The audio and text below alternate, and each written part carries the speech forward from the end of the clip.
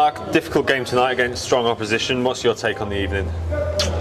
I think the scoreline's incredibly harsh. I don't think it's ever been a 4-0. But obviously it is when they score the chances they have and we don't take ours. I mean, in terms of the game, it's probably a proper classic penalty box game. They were better than we were. I mean, I thought we didn't start well enough. Didn't start on time with the intensity. Couldn't match their intensity in the early part, and they got the early goal. And then we've got good control of the game. They shouldn't even get a corner for the second goal. We should deal with the situation, and then it's one of them nights where that just don't go for him. I mean, how bad's that? He's headed into the back of the lad's head. He feels like he's won the lottery tonight with scoring that goal.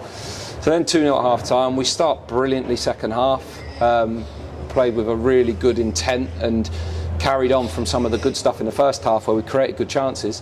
And we have to take chances when we get them. You know, they'd probably score a couple of those tonight that we had. I think we should have a penalty, and then they go down the other end and score a goal that we shouldn't concede, and really from that point the game's over. So I think the scoreline's really harsh because people will hammer me for saying I think we've played quite well, but I do. Yeah, we got into a bit of a hole, but like you said, I think that window of opportunity was the start of the second half where the team was really on top and creating chances. I think 8 shots on target, all in all, probably not testing the keeper quite enough, getting it into the corners, I guess, if there was not making good enough of those moments. I mean, lots of our approach play was good, but you can't feel good at all about the game, really. I mean, it's a horrible scoreline. I think it's undeserved, but at the same time, they took the chances that they had. We conceded chances that we probably haven't done before, or weren't as secure as we needed to be in certain situations. And the start of the game was just the bit that got us on the back foot, but we actually coped with being behind fairly well and had good moments ourselves. And at any point at 1-0 with chances, we score one. At 2-0 before half time, we score one. Or in that period after the game is on massively. So, you know, in terms of the overall outcome, it's of course horrible for us, but there are plenty of chances in there to get ourselves right back in the game. We didn't take them. Bit of a break now before the next game. How's the week look for you and the team now? As the routine obviously will get switched up a little bit.